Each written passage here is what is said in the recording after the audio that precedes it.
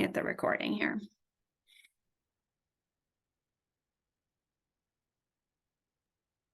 I also dropped that link in the chat, Rebecca.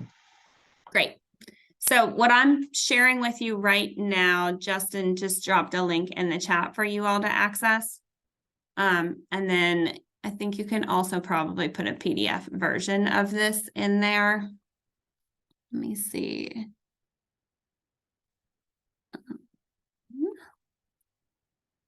we go. Make sure I'm sharing the right screen. All right, you all should right now see the 24-25 coordinated funding request draft application as a PDF. This PDF has all the questions that could possibly be on the application. But when you log into Fondant, the system where the application is housed, you're going to see just the questions that apply to you. So as you answer questions as you go, the application will change. So the sections might change and the questions might change so that you're only answering the questions relevant to the funding sources that you're requesting. But the PDF is comprehensive of what all the questions in the entire system would be. So I'm just going to do a quick overview of the PDF, and then we'll jump into the actual Fondant system. So the first section of the application is an application overview. It explains some things about the coordinated funding request, and then also some things about applying. So we talk about in the overview the different funding sources that are available to applicants. And then we also do put on here, applications are only accepted via the online portal. That's really important. We're not taking applications through the NOEEN email, just the online portal, because the portal will also house the rubric, which will be used to evaluate the applications. And so it'll all be in one system. That you all have access to, so you can go in and see where your application's at. The goal of the coordinated funding request process is to ensure that the limited number of publicly funded early childhood seats that we have to allocate, they go to programs that are of high quality and high demand by parents, meet the needs of families, and the programs demonstrate administrative competency. So what you'll see in the application is the questions that you get asked will center around whether or not programs are meeting the goals set forth by the coordinated funding request process in NOEEN. You can review some things about the CFR on NOEEN's CFR site. So that's linked within the application. And so if you click on that, it'll take you over to NOEEN's site with some additional information and details. I'm just trying to balance the length of the application with how much details to put in there and how much details to link out.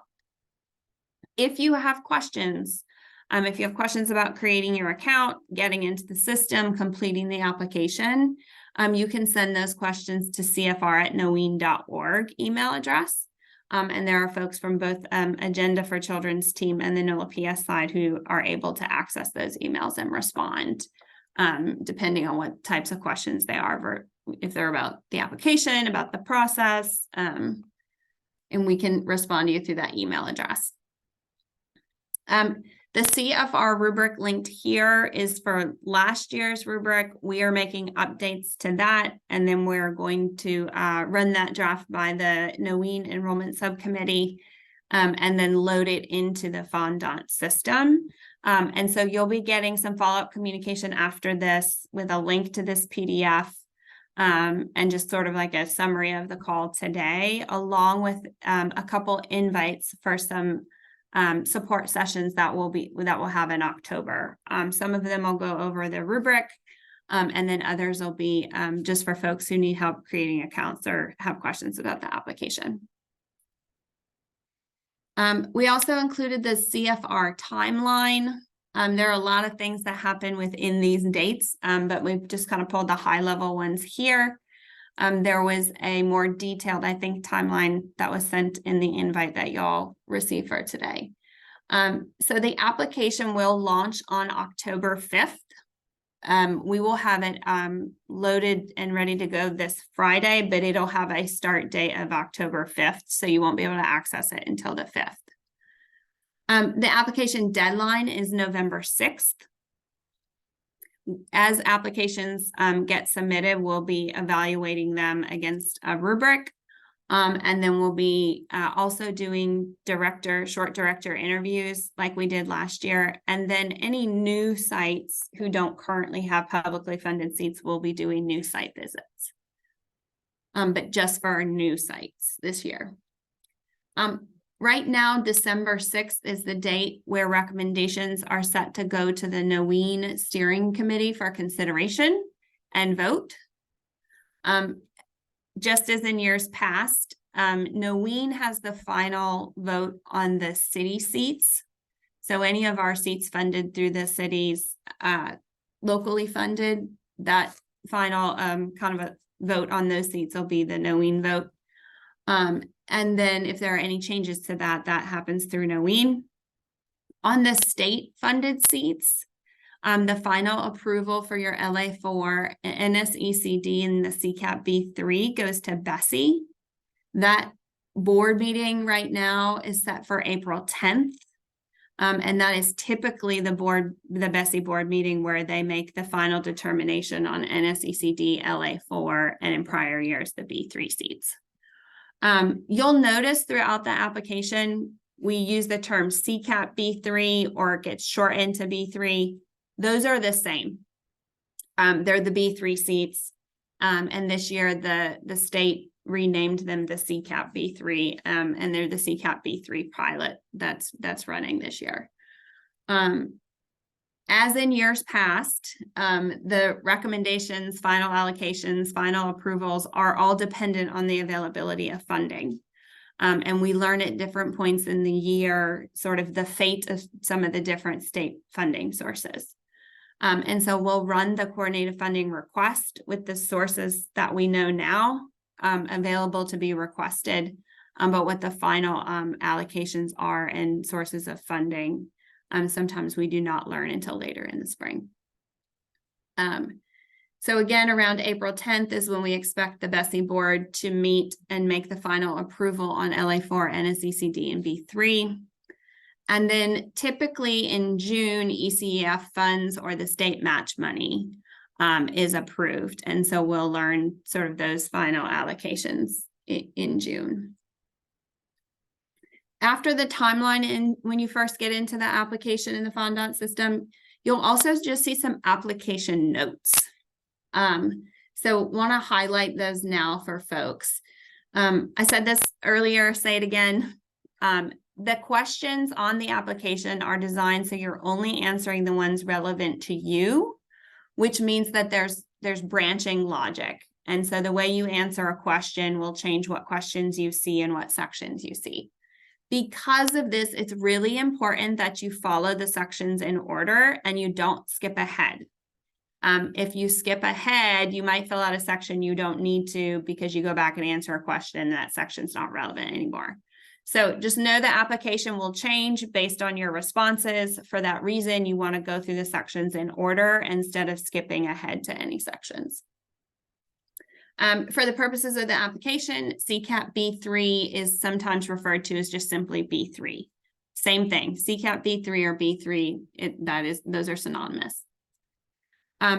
This is exciting news. So the software this year does have an auto save function to it. So as you're working through the application, it is auto saving.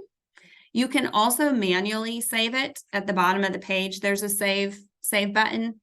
And so if you start it and then have to take a call or do something else, you can always come back to it and it has your information saved from wherever you left off.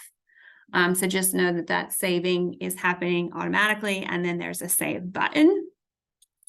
What I noticed in testing it is that when I hit the save button, it actually popped up with a really helpful screen that told me which questions I hadn't answered yet. And so kind of a neat feature if you need to save it and walk away and understand how much more you have left. And then we just encourage everyone to review the rubrics. We'll have a follow-up communication after this with some sessions where we'll go over the rubrics as well. We're still working on finalizing those. And that'll just help you understand how the application questions and the director interview, and for those of you who will need it, the new site visits, what are the things that are being scored during that time.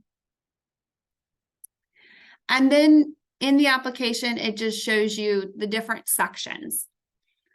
So really helpful for you all to have access to this PDF as well as you're trying to think.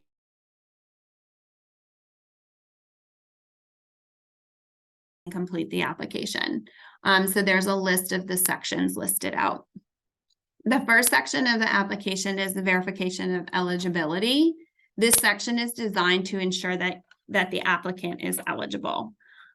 So we're asking whether or not the child care center you're opening or plan to open is in Orleans Parish. And so there are, I think it's like 3 questions in this section just to make sure you're eligible to complete the application. Once you answer those, if you're eligible to complete the application, you'll see the overview of the CFR timeline and application. That's the stuff I just went over. That's built inside of the Fondant system and available to you on the PDF. Section 1 is basic site information. So just asking for contact information, address, site code. Section 2 is your interest in public funding sources and assurances. Instead of having to answer all the assurances individually, we just kind of put a chart of the requirements of the different funding sources so that you can review the chart to understand what the requirements are for the funding sources that you're requesting. And then here is where you'll indicate which funding sources you're interested in. And then that adjusts the rest of your application to make sure you get the sections you need to for the funding sources you check off here. Section 3 is program quality and supports. We want to make sure that these seats are being allocated to programs that are meeting the needs of families. So here we ask about family supports, resources available to diverse learners, and questions about recruitment, hiring, retention strategies. We know that in the past couple of years since I've been involved in this, we've had some programs due to teacher shortages that had to shut down classrooms. And so we want to make sure that we're aligning the supports and the work that Agenda is doing with workforce to the needs of programs. And so this is one way for us to understand what you all need and how we can support that. And then section 4 is the seat requests. This is just a chart where you're going to put by age how many seats you're asking for in the various funding sources that you've indicated you're interested in applying for. And then the last section is feedback and final considerations. And so we ask for some feedback there and just make sure you understand the requirements of the seats that you're asking for. And then there is in the application a link to the current MOUs for the funding sources and guidelines and agreements. And so we really encourage folks to make sure they're looking over that, because if you get awarded the seats, there are requirements for the funding that you're going to have to make sure that you adhere to. This next set, I'm going to go through just sort of a little faster because we're going to get into it in depth in the software. This year, so last year when you applied for every single site. So you're going to do that again this year. The biggest difference with the current software is that once you do your initial application for whichever site you decide to start with first, you can copy that. And then you can just change the parts that you need to for your second site and then leave the things that are the same amongst your sites the same in the application without having to start over from scratch. So if you have more than one site, you can do your first application, copy it, and then adjust the parts that you need to within the application. Or if you choose to, you're welcome to start over from scratch if what you're doing from one site to another is significantly different and it's easier not to copy. But that is a new feature with the software that we have this year, is the ability to just copy the application when you apply for your second site, your third site, your fourth site. So there are just some instructions explaining to folks how to do that if you're applying to multiple sites. Site information, we're looking at site address, applicant contact information, licensing status if applicable, and the current funding sources you received this year. It's helpful for us to know what seats you have this year as you ask for seats next year, and we look to making sure you're making requests that are keeping in mind continuity of care. So if you have infants, we want to assume they're going to move to your 1-year-old classroom, and we want to make sure that you're asking for enough seats. And so it's helpful for us to know if you currently have seats and which funding sources you currently have at your site, so we can make sure we're pulling that information out and really paying attention to the requests and continuity of care. Basic site information, provider name, and then there's the provider name is a preloaded drop-down list, and so you'll choose your name from that list. If it is spelled incorrectly, you'll get prompted later to give us the correct spelling. If you're not on the list, there's also an other or unlisted option that we made as the first option so that you know it's there and exists. But that's a drop-down of choices. Site code, if you don't have a site code, we just ask that you enter 0. It's a required field, and so you need something to enter if you don't have a site code, so you can put 0 in there if you don't have a site code. We ask for the provider type. So we know that we have public school, non-type 3s. We have non-public schools. We have a type 3 center currently licensed. We have a public school that is also a type 3 within inside the public school if they're serving kids younger than the pre-K 4. And FCCs, and then if you're in the process of opening. I'm going to, Justin's texting me going, I think you got to let people in since you're the host. So let me see if I can make sure we're letting folks in. Give me just a second.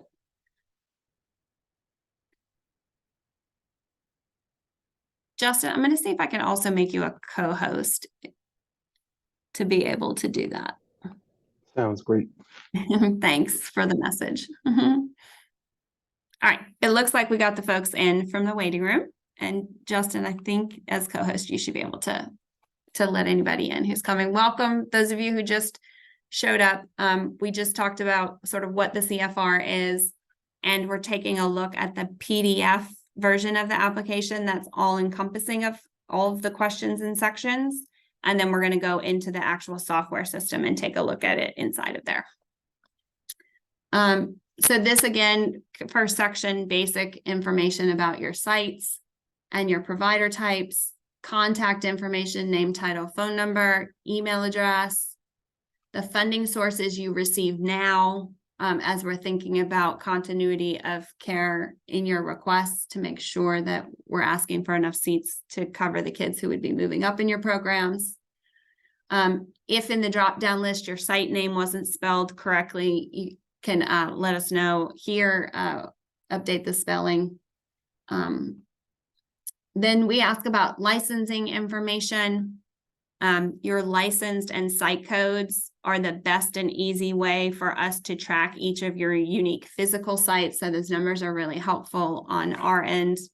We'll get hundreds of applications for this. And so that is one of the easiest ways for us to organize that on our side. There's a question about whether or not you're interested in expanding. Some of the funding sources require that you serve infants. So there's a question about serving infants here. We also know that we have new providers who are applying for seats that maybe have never had publicly funded seats allocated through NOEEN before, or folks who are opening up new centers who might not be licensed yet. And so we have some sections in the application directed towards those folks. Again, those questions only show up if they're relevant to you based on how you're answering the questions that come before these sections. Section 2 is about interest in public funding sources. This is where you tell us which public funding sources you're interested in applying for. This gets in, again, to new operators. If you've applied for a license yet, or if you plan to apply for a license, there's some questions specific to those situations for those programs here. Then we know that our type 3 centers are eligible for B3 city seats, ECF, which is state match money, and NSECD. So there's a section here for type 3s to tell us which funding sources they're interested in. And then the chart of requirements for the funding sources. And so those charts are embedded inside of the software as well.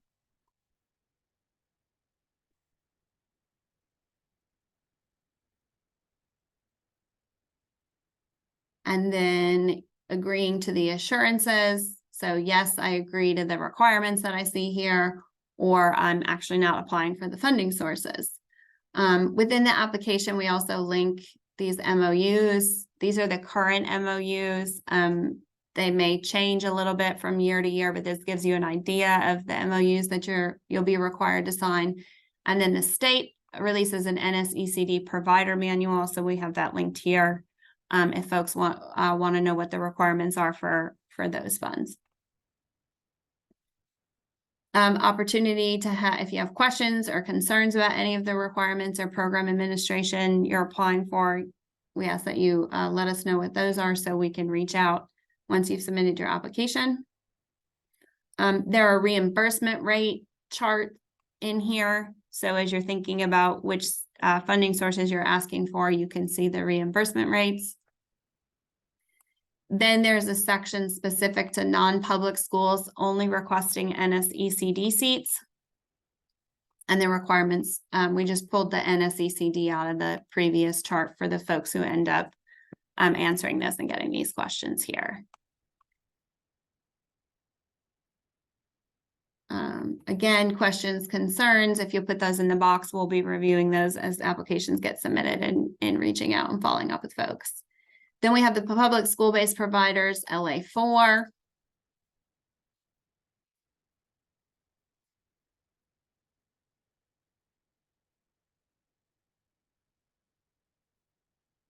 And then there's a question here just regarding interest of public school-based LA4s and type 3 partnerships or non-school system provider is what LDE refers to it as.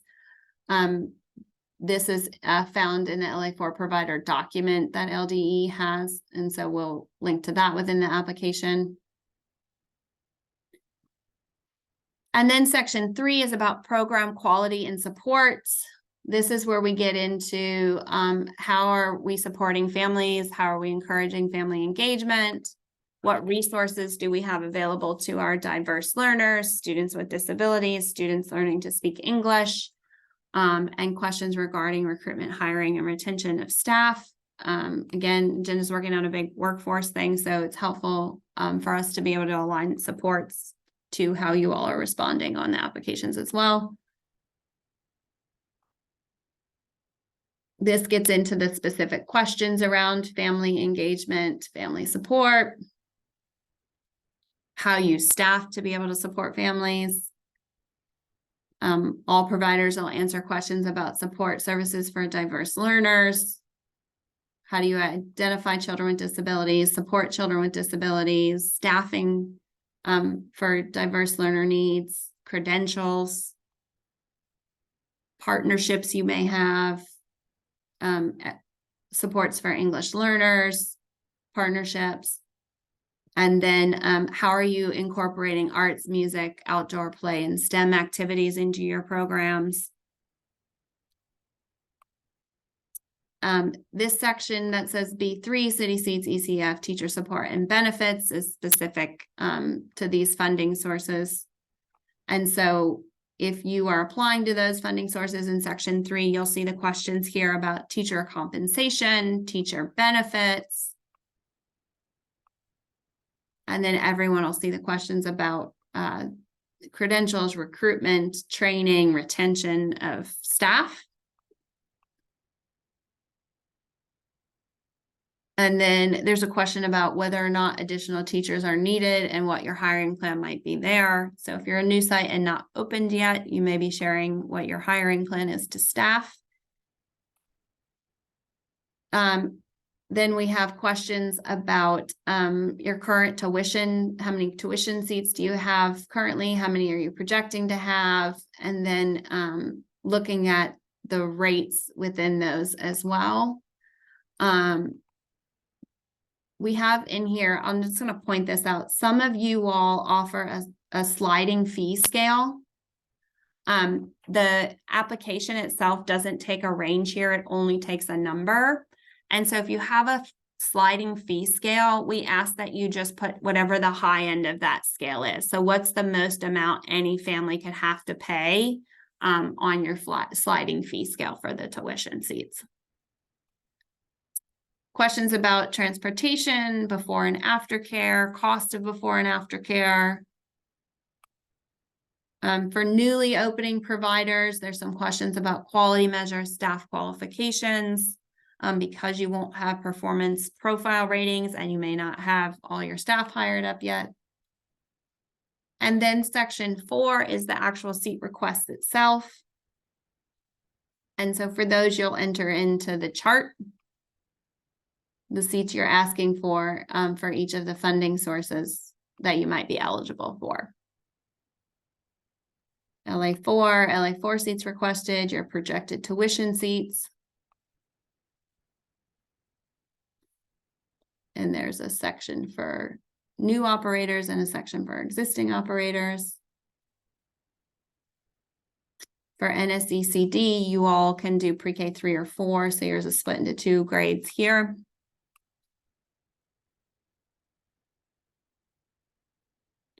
And then the last section is an opportunity for you to share anything else you think would be helpful in evaluating your application, and sort of final assurance that if you are allocated the funds, that you agree to the requirements of those funds.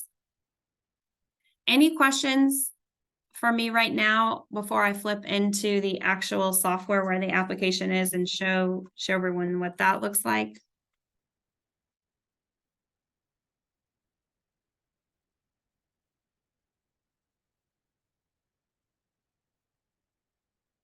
All right, I'm going to keep moving. I'll check the chat quick and see if there's anything in there. It looks okay. Okay, so we moved over to a new platform this year, and we were really looking for some of the features that we haven't seen in any of the previous year's applications. So just sort of to reiterate and highlight, this application does have an autosave function. It also has a manual save button. You can start it, leave it, walk away, come back. When you log back in, you can access the application. What I'm showing you today is called the Sandbox, which is just a test site. Our actual site won't go live until Friday. So everything we're doing right now is in a test site. The only difference you should see or feel in the live site is you're not going to see this Sandbox watermark. Otherwise, the sites are identical to each other. So when you first come to the site, we will we'll give you the URL when we have it, which we won't have until the site goes live on Friday, but the application itself won't be accessible to you until October 5th. But you would just click this create new account. So I'll do that now and show you what that looks like. So this is where you'll create your organization's information. And what it looks like for you here. I don't want to pop all that in just for time. But you'll see once you put your organization information in this section, you'll get the user information section. Then there's just a question about the center director or the program leader, additional program leader, and you'll set your password. So just some really basic information to help you get your account set up. Once your account's set up, then you'll be able to log in and you'll be able to access the application. So when you create a new account, again, you'll just put some basic information about the organization, the user who's creating the account, center director, if there's any secondary contacts on the account, and then you'll set your password. And all the directions for doing that and password requirements are in that section. I'm just going to hit cancel account creation for now and go back and go ahead and log into the system.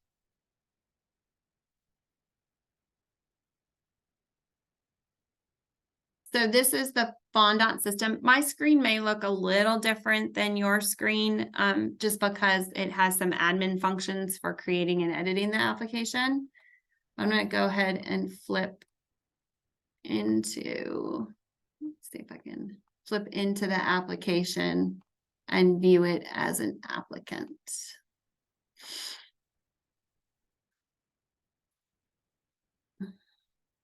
for you all.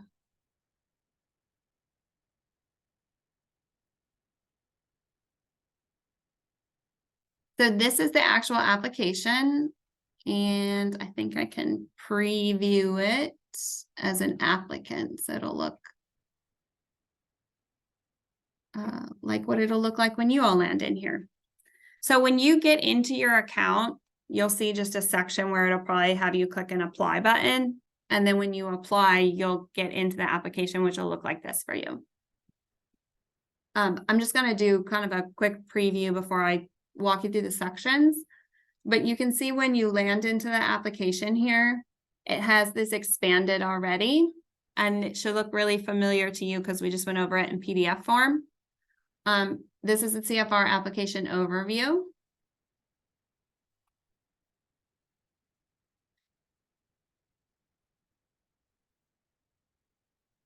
And then you can see the other sections here.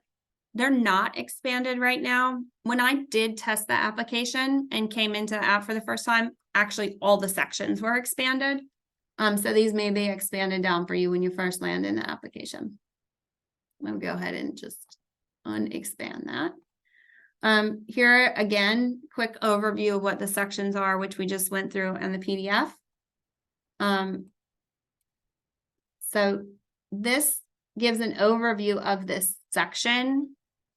And so what it does is it helps you see, like, what are some of the things I'm going to be asked here? Is there anything I need to go and get before I do this? You also can learn that from just reviewing the PDF before you come into the application, if there's anything you need to get to help you complete the sections. Everyone gets asked the basic site level information. And so we're asking here for your application name, and we're giving you a format to put that in. So you would put your site name, period, CFR, period, 2425. If you have more than one site, you will do an application for each site. But after you do the first application, you can copy it and just change what you need to for the second site. And so one of the things you're going to want to change is this application name. Your provider name is drop down. So you'll find your provider on this list. If it's spelled wrong, you'll give us a chance to tell us the correct spelling later in the application. If you are not on this list, you can choose other or unlisted. Your site code, if you do not have a site code, you will enter 0. Your provider type. So if I were to choose, let's just say public school, you also can see I skipped this and went to the next one. It's giving me a warning sign here that a site code's required. I'm just going to put 0. Public school non-type 2.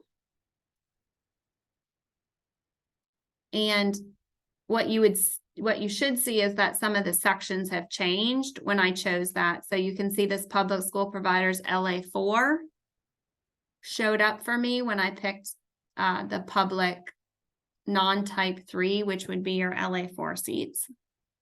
If I chose, let's say I chose non-public school. If you look down here, now I have this section called non-public school NSCCD eligibility, but you no longer see the LA4.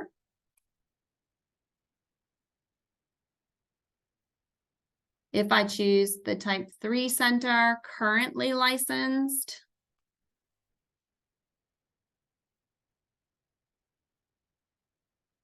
you'll see information regarding licensing information because I said I was currently licensed. You'll see the type 3 funding sources I might be eligible for to request.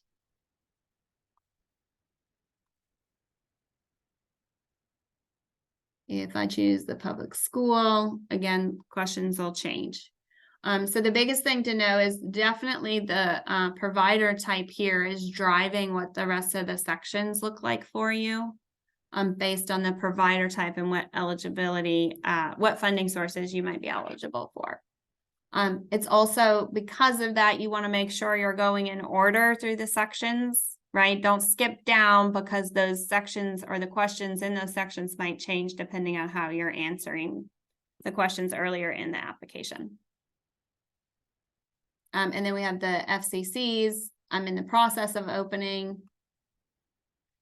So if you're in the process of opening, you'll see some different sections down here as well. And within the sections, the questions might change. So like a newly opening provider, we're asking for your licensing status, which would be a section. So I'll go up here and just, let's just go with type 3 center, currently licensed.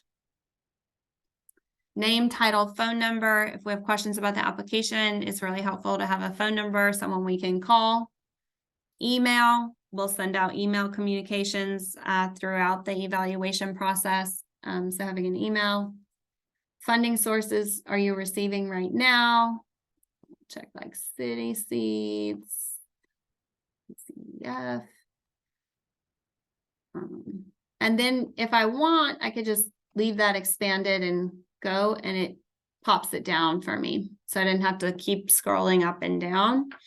If I need to do a site name correction, I can do that. Maybe I'm like, no, I'm good.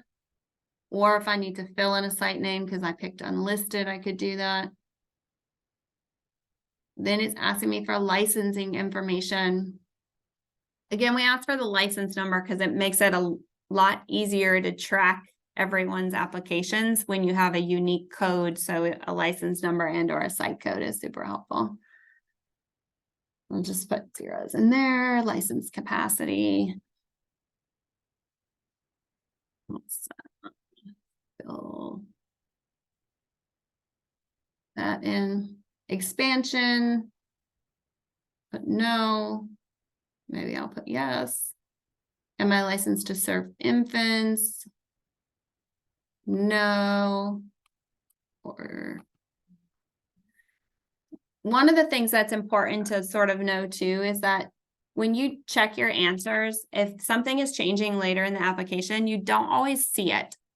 And so if you're expecting things to change, they could be changing with inside the section. So just know that things do change for questions that have that logic to them, but you might not actually see, or they're like subtle enough you don't notice them. And that's okay. So then we hit an overview for section 2, which is giving me a little explanation of what to expect in this section.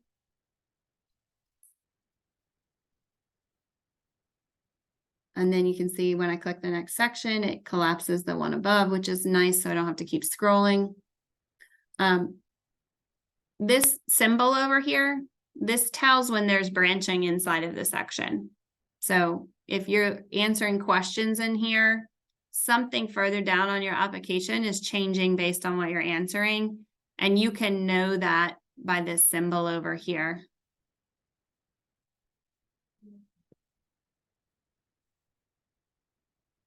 I'm going to pause here just to see if there are any questions and check the chat real quick. But if y'all have questions, feel free to come off mute or put them in the chat, whichever you prefer.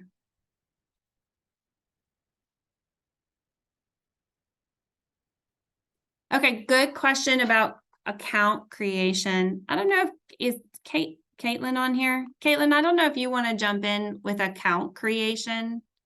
Sorry, what's the question? Yeah, so when they create an account, do they do it for multiple centers or just one?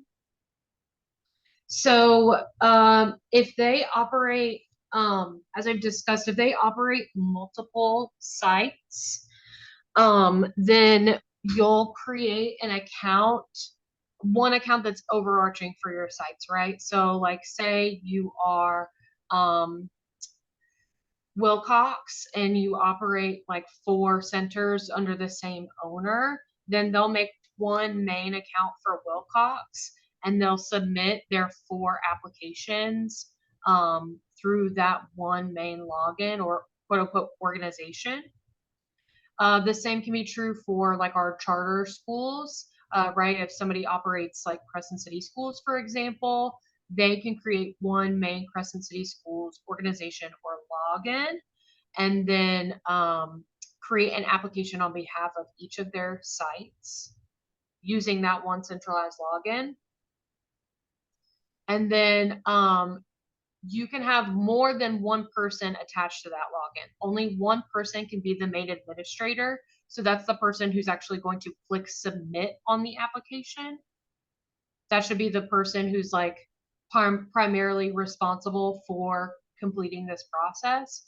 But they can also have additional folks within their organization, right? So like an owner might be your main admin. So it's the main login for the organization. But then they can have their directors as collaborators. And so they can help fill out the bulk of the application or complete follow-up requirements, whatever the case may be. Does that answer the question? It's a little bit difficult without like walking people through the actual thing. Okay, great. But yeah, if you operate multiple centers, you will have you'll create one main login for yourself. That way you don't have to have an individual login for each center that you operate, because then you'd have to have like a different email for each one. Yep. And then you have to keep track of a bunch of different emails and logins. We think that would be even more confusing. So say you have like Shiloh Gardens 1 and Shiloh Gardens 2, you would create one main login just for Shiloh Gardens, and then you would complete an application through that login on behalf of Shiloh Gardens 1 and then on behalf of Shiloh Gardens 2. Yep. Thanks, Caitlin. Once I go through this, we can go back to the create account, and I can actually, for folks who want to stay on, kind of type into those and walk through those. But that's where Caitlin was talking about when you create the new account, you'll create like the organization, and then you can list and name folks. But you just would have one account where you're going to submit all of your applications, instead of having, if you run 5 sites, doing a different email address and log into each of those, and then having to log in every time you want to see individual ones. So one main login for your organization for however many sites you have. Any other questions before I move through? I don't see any in the chat, so I will move through this type 3, B3, city seats, ECF, and a CCD eligibility. So in this section, you indicate which funding sources you're interested in applying for. So I don't know, I'll just put them all. You also then can review the requirements for the funding sources via these charts to help you understand which sources you want to ask for. And then there are links here. So if I were to click on this, you can see it opens in a new window, and it takes me to the 22-23 MOU. So you can get a sense of the MOUs you would be signing. And then you can just flip back to your application. So these will open in another window, which doesn't actually take you away from your application, which is nice. This one, like the NSCCD provider manual, this links to the LDE site because they issue that funding directly after the seats are approved. So you can see what this manual looks like if you're interested in the NSCCD. And then here it's just saying you agree to abide by their requirements. So if you ask for the seats and you're allocated them, you need to abide by their requirements, and you'll again be signing MOUs with the Gender for Children as the fiscal agent on some of the funding sources, or be following LDE's manuals for some of the funding sources.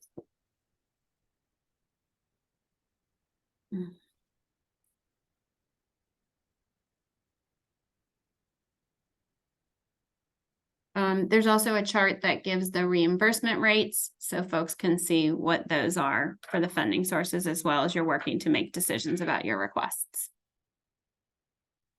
Then we get section 3 overview.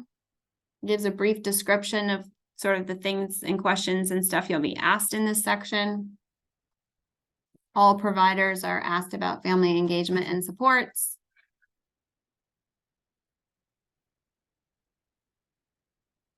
I'm just gonna check a few off here.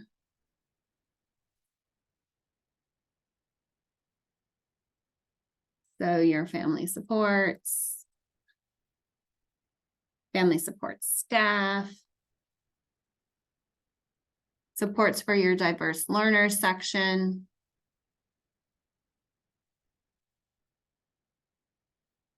Just gonna put some text in here, so hopefully we can submit it and save it at the end, which will show you how that works.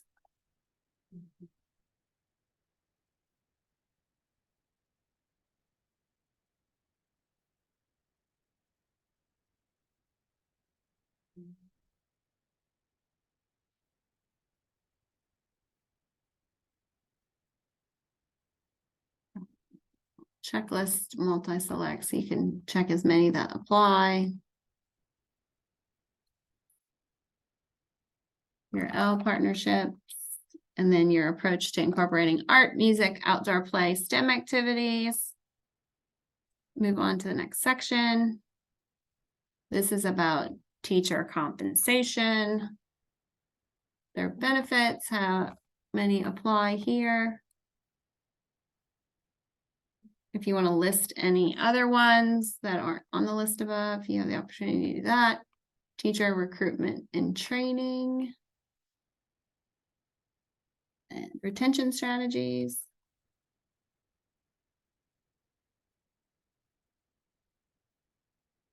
Then we get into section 4, brief overview of what you'll do in this section, which is request your seats. And you'll do that via the chart.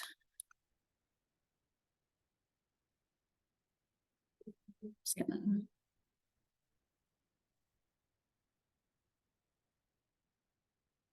fill that in.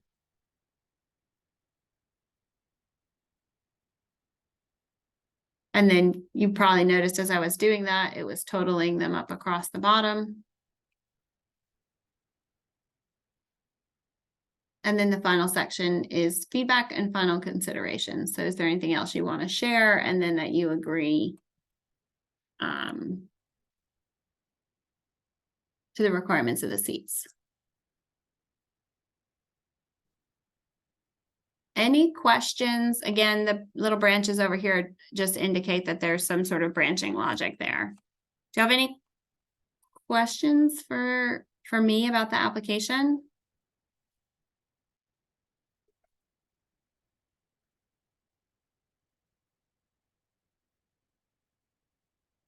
Comments, questions about anything that you saw, question sections, the PDF copy that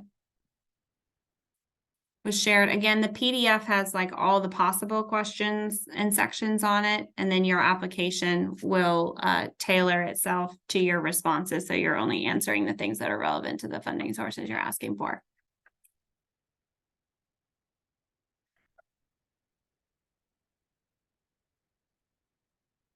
Will it know what funding sources you are eligible for? Like, for example, if somebody picked, I don't know, Head Start, but they don't have Head Start, would the computer know, hey, you're not partnered with anybody for that purpose? Or I'm just using that as an example. I don't know. Yep, good question. So in this, let me see if I can, in this section where it says provider type, and Caitlin, jump in if I say something that's not 100% accurate. Kate should say like big thanks to Caitlin for helping helping build this out, which is why I'm asking her to jump in if I say something that's not 100% accurate. But when you pick the provider type, that is then sort of driving the funding source part of it. And so if I pick one, you notice like Head Start's not on here, like a Head Start provider, early Head Start provider. But if I pick public school, you'll see that down here in my requests and my assurances, I'm only going to see like LA4. It doesn't allow me to talk about Head Start or her early Head Start. And then the request charts. So this one is B3 City CTCEF. It won't let you request. Oh, so provider type, and then there's the funding source. That is your funding sources for this year. The interest funding sources in here. So when I pick the provider type, then I can pick the interest in the funding sources. That's this part. So if I put yes for LA4, yes for I agree to those, then I should get my charts down here where I get to ask for those funding sources. Yeah, the general flow of the application is like you'll select your provider type. Based on your provider type, it'll questions and sections will populate about what sources you're eligible for, and then you'll indicate your interest in those funding sources. And then once you indicate your interest in those funding sources, you'll be able to populate your actual request, right? So the general flow is like your provider type, your eligibility, your interest, and then the actual request.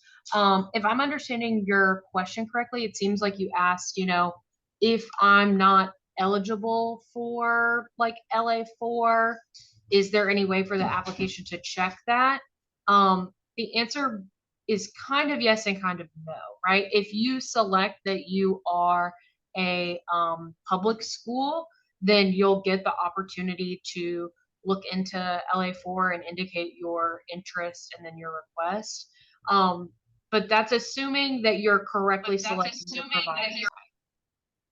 Right. So if you are not muting yourself, it's creating an echo.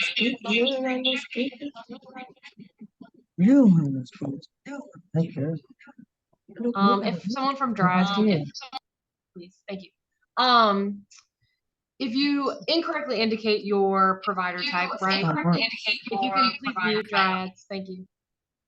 If you incorrectly indicate your provider type, then you will then that will affect the rest of your application, right? So if you say that you're a type 3 provider and you're not a type 3 provider, then funding sources that are not relevant to you will populate. So it's important that people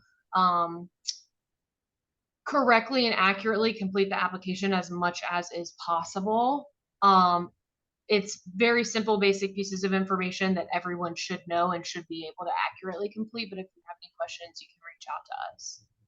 Does that answer your question, Miss Sonia? Yes, thank you. Yeah, I was just thinking about people who are always confused about what they're doing or what they have or what they want. So that's why I just wanted to see if it had something to help them, guide them if they were confused. Thank you. Yeah, of course. It looks like Kim, you have your hand up if you have a question. I do. Thanks, Rebecca. So I was wondering if y'all had any guidance as to how we should be selecting if we have a finite number of seats that are available to apply for on the CFR. And we're trying to determine, should we apply for city seats or B3 seats? And obviously there's a matrix that shows us the reimbursement rates, and there's one that may make more financial sense or have more financial incentive to a center than the other. But the truth is that we would prefer as a center to have something better than nothing. How do we go about navigating that when we're actually making the request? And how might we indicate that on the application? Because obviously the preference would be for the higher reimbursement rate, but again, something better than nothing when we're talking about a tuition-free seat for a low-income family versus having to find a full tuition family to fill the spot.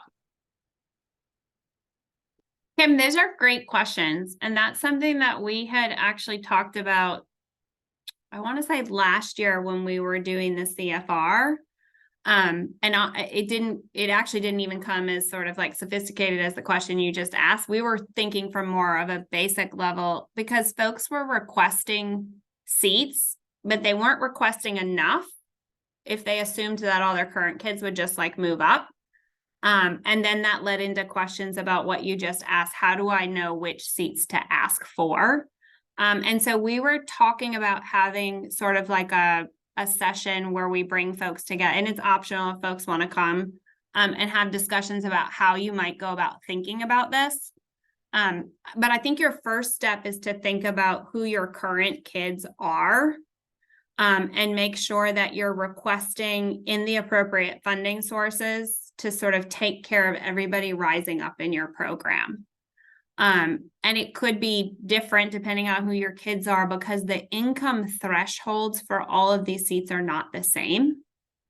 And so you don't want to get stuck in a situation where you only requested city seats because you know they're locally funded and you know that they're not as in flux from year to year as state funded seats, but then you have kids in a state funded seat where the income of the families are slightly higher.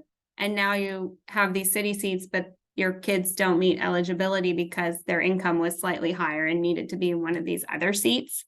And so I would say like for me, the first step would be think about who your current kids are and where their eligibility falls, and make sure your sort of like baseline ask covers this continuity of care idea. And that would go for like, if you have a CCAP family now who might not be a CCAP family next year, you would hopefully want to provide them continuity of care and publicly funding for their seats.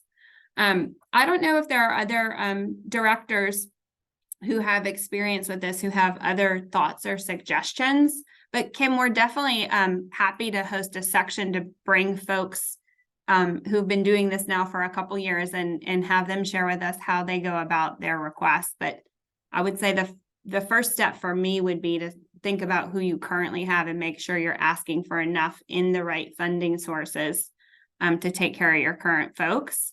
And then from there, you would see how much more space do you have to ask for additional seats and think about maybe a balance of those seats. But would love to hear from other folks on the call, kind of how do you all approach it? NOLA PS isn't the fiscal agent on the seats. So like our side tends to gear towards more of the enrollment and not so much about how do you sort of Tetris out or puzzle piece the different funding sources together. But if there's anybody else on here who has things they would want to share, and we're also happy to just hold a session for folks to come together and talk about how they approach their requests. Well, this is Sonia. First of all, we've never had this many choices, right? Because some of these things have just happened for the first time. So I think to your point, you have to look at filling the seats for the children who are moving up. And then we have to examine how long-term the funding source is going to be to determine which kids you want to request. So like if it's a 3-year-old, they only need a year with you, they'll be moving on to pre-K. So that's a different funding source you might want to consider compared to an infant who may be with you for 3 or 4 years. So that's pretty much how you kind of gauge how you're going to request your funding. Or at least that's how we look at it. And hey, this is Derek from Agenda. One thing I would add, Kim, and for other folks is, as long as your total number of seats is indicated in the application, I imagine that given that we have more funding sources than we have had historically, as the coordinated enrollment subcommittee is preparing their allocation recommendations, we're going to take a look and make sure that the allocations are as equitable as possible. So for example, if I have a center and I request only city seats, and then there's another site who's requesting only state match, we're likely going to for the same number of kids, we know that those reimbursement rates are different.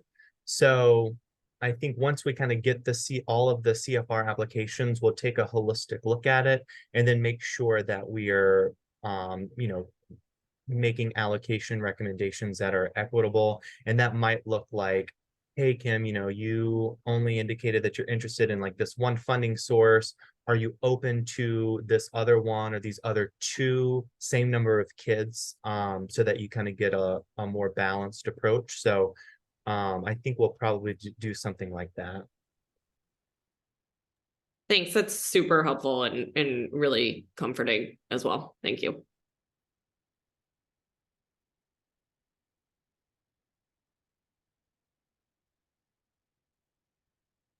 Any other questions?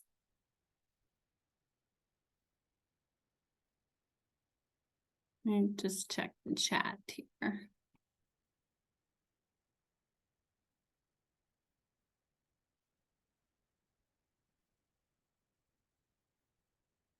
Is there anything, so I'll go back into how we do the new account creation and can go ahead and type into there.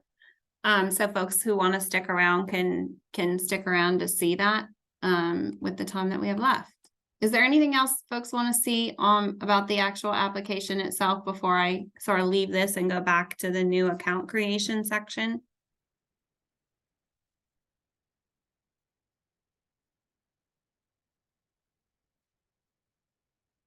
Okay, so we did share the PDF of this with you all so that everybody can kind of see all encompassing what the application looks like as a whole. Again, when you get into the application, it'll adjust. So you want to make sure you go in order and you don't skip around.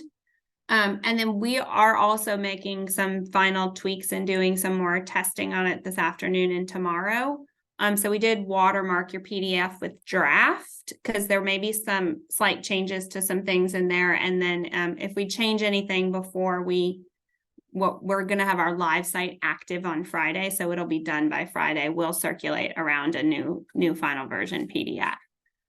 And then once we have the live site, the application itself will go live on October 5th when it opens.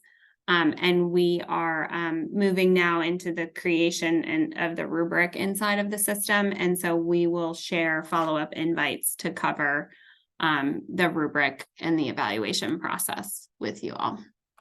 So I'm going to log out of this and go back here to this create new account.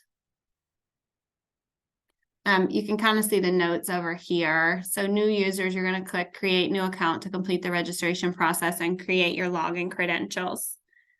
If you're an existing user, you can do this. It does have a forgot password link.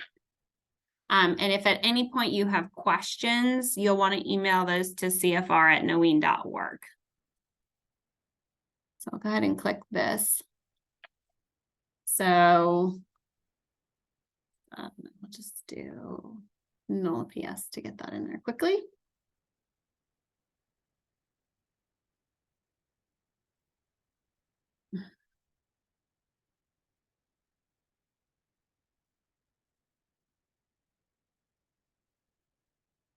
Okay. This is telling me like I have an error on my state code. It just wants the abbreviation, so that's good. This is asking me for a URL.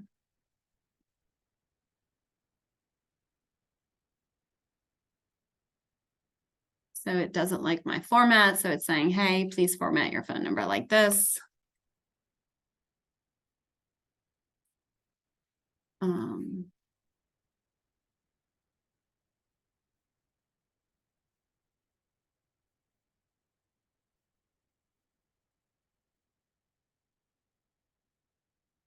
There we go. So this is where I'll do my organization name. Hit next. City.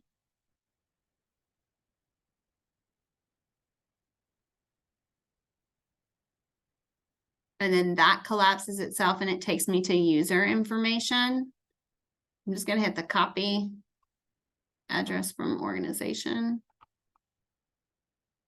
And then I can put in my user information.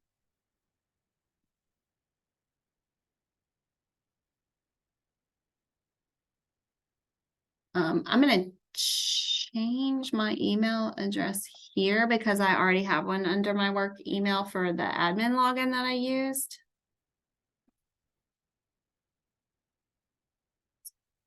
And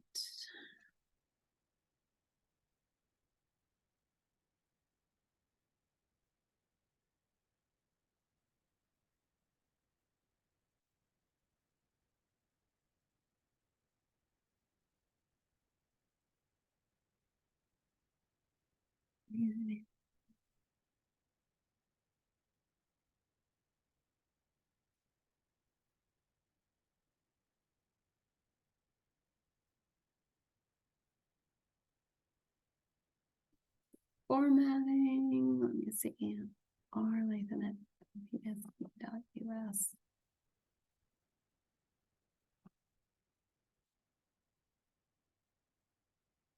There we go. That should be good here. So if I hit next, it collapsed down the user information there.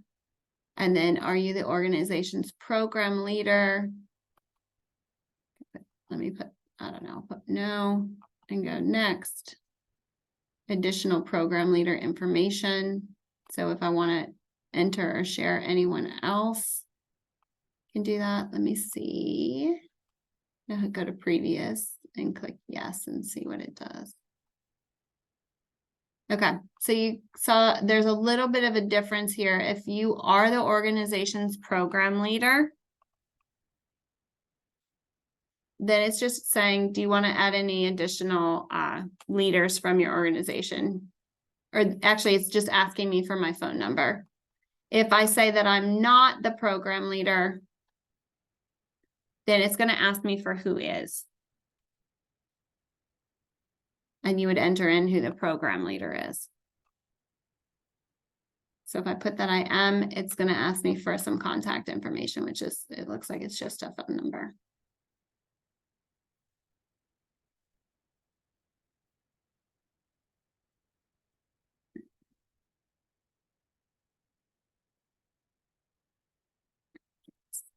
And then you can also skip this if you're not going to put any additional people on there. Just go to next.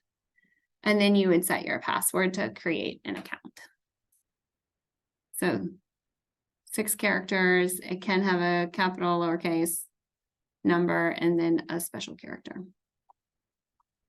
And then if I did that, I could create an account and I would have another account in the system.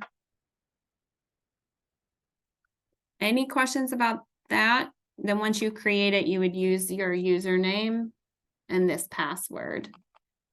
And your username is going to be the email address that you put, I think, in the user information section. So if you used a different one in the organization, your username is going to be the one that is in the user information section. Any questions?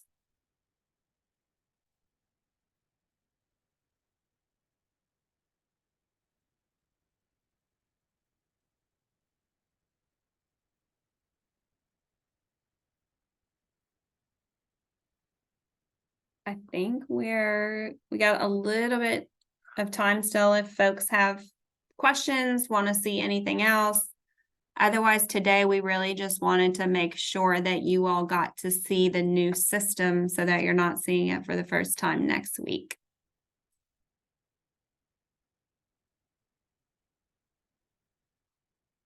I don't know if there's anything additional anybody from agenda wants to add. Justin, if there's anything you want to add. Otherwise, I think we kind of covered what we wanted to today. We have the PDF version of the application, the actual application in the system, and then how you would create your account. We will share the link once our account's live, which won't happen until Friday. But then we'll get the link that we'll be able to share, and then the application itself won't be live until October 5th.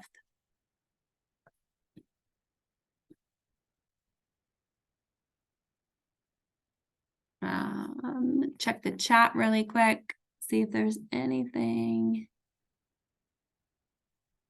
Let's see.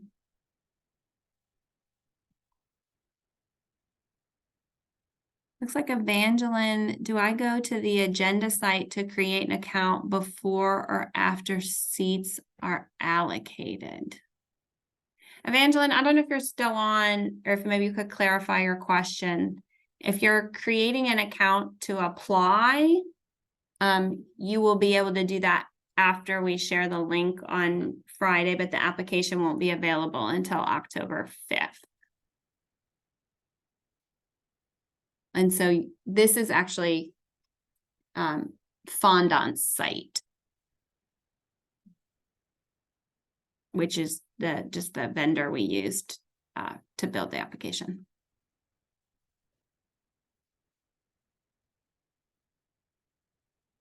Anybody else have any questions?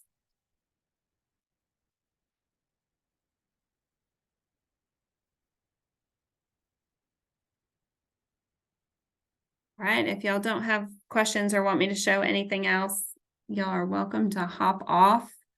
And if you have questions later, you can send those to cfr@noeen.org. And then we'll send up a follow-up email to folks and let you know the dates and the links for the support sessions while the application is open. And then the session we'll do to preview the rubric as soon as we're working on building that this week in the system. Thanks, everybody, for coming today.